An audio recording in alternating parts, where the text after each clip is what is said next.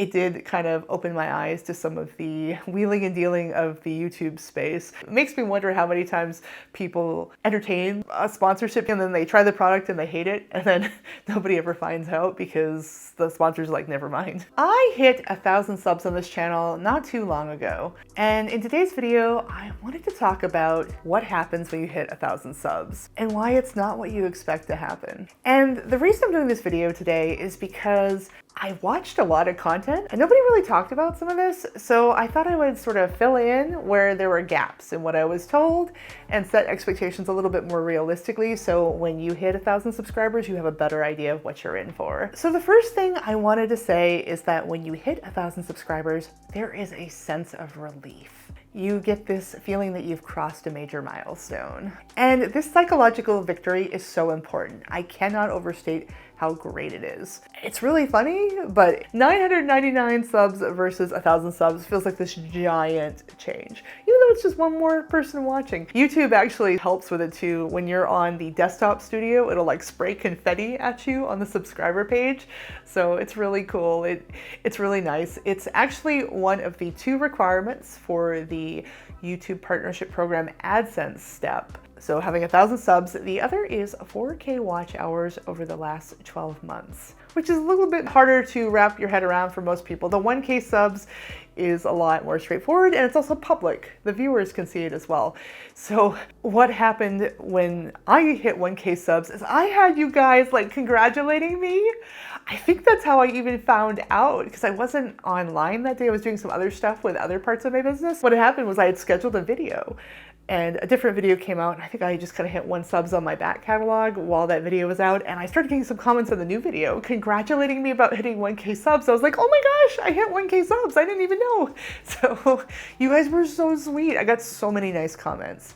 The public aspect is nice too, because you have that sense of pride, and also your community celebrates along with you. It was really lovely. So there's something else I wanted to talk about, though. This is the second thing I want to talk about, is that even though you get the 1,000 subs, you might not qualify for AdSense yet. So for context, the Page Turner channel, the one I'm on right now, is my second YouTube channel. I had an earlier one that I started 6 months or so before this one. It's called Our Moving Castle. It's a channel about RVing, about living and traveling in RV, because I was doing that with my husband, Justin, for a couple of years.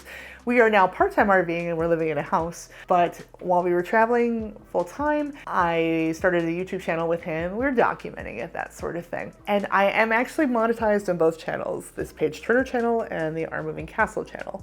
But I will tell you that it happened in a completely different way.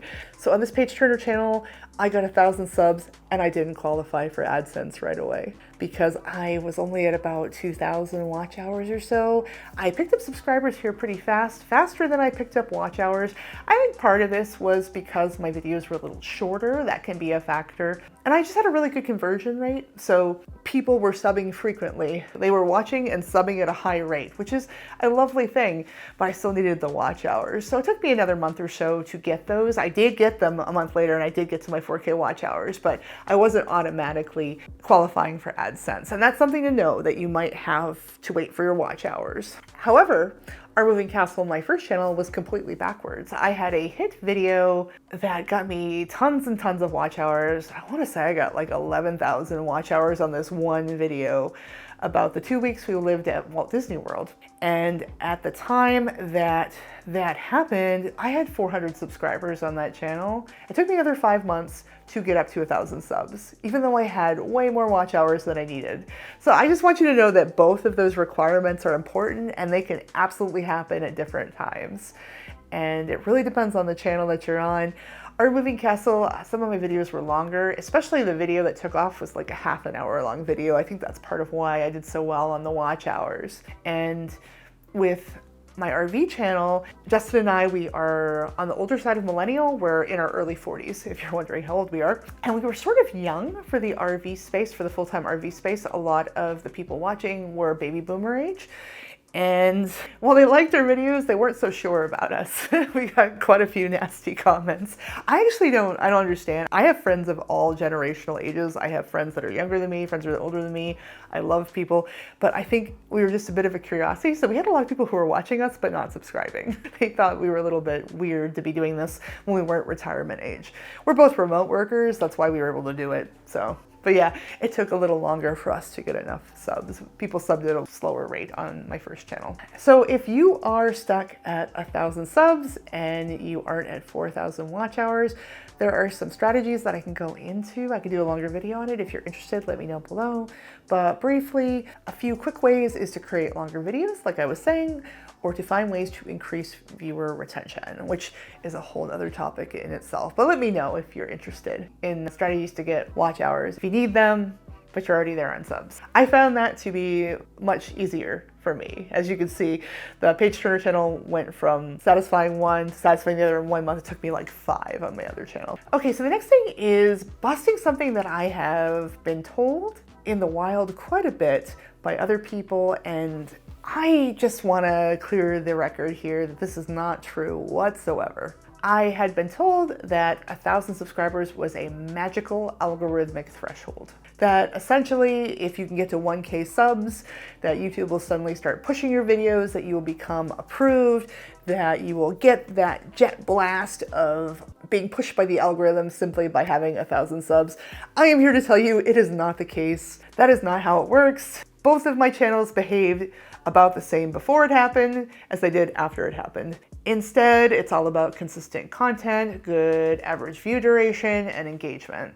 Now, this can be kind of disappointing, and that's part of why I wanted to talk about this, so that you don't expect that and then get sad because it doesn't happen. And instead, you should focus on building your audience with content quality and consistency. Consistency is key. The next thing I want to talk about has to do with sponsors. I had also heard the same regarding sponsors, that no one would touch you if you were less than 1,000 subs, and at the moment that you hit 1,000 subs, you would get lots of sponsorships. I want to tell you that that's not true.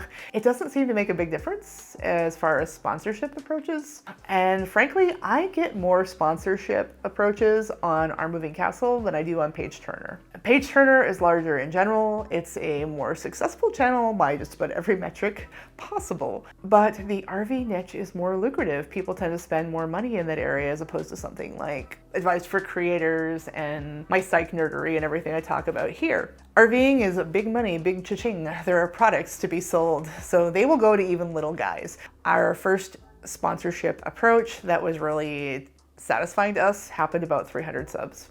Like, it happened way sooner than I thought it was going to. And we actually worked with them. We were excited. We tried the product and we hated the product. So we told the sponsor, they're like, yeah, no, we're not going to pay you to hate on our product. I was like, well, okay, well, that's integrity right there.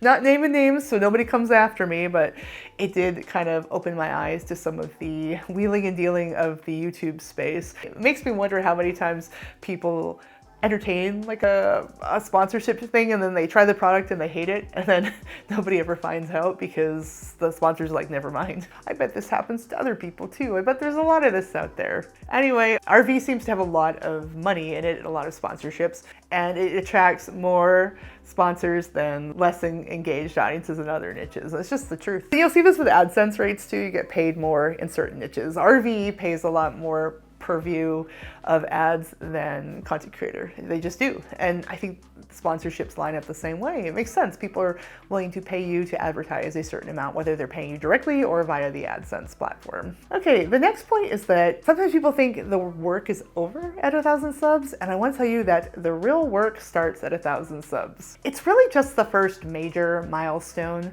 but to continue and sustain that growth, you need to keep evolving your content and focus on building community engagement. And really, I think it's important to not succumb to milestone fatigue. Because here's the thing, milestones are cool and it's important to celebrate them, but they can be kind of an emotional roller coaster. And once you hit that first big milestone, like 1,000 subs, you could suddenly have a lot of pressure to hit the next milestone. For example, 10,000 subs. And I think that a little pressure is good and can help you work, but too much pressure and you're just robbing yourself of the joy of the whole thing. Just make sure you slow down and you celebrate each win, and you don't get so wrapped up in thinking about the next big thing that you don't give yourself the credit that you deserve, and give yourself the rest and relaxation of celebrating something that you should be proud of. Because milestones are important, but your health and well-being and the long-term engagement and dedication of your audience matter a whole lot more. Anyway, it's been great talking to you as always. Thanks for watching, and I'll see you in the next video.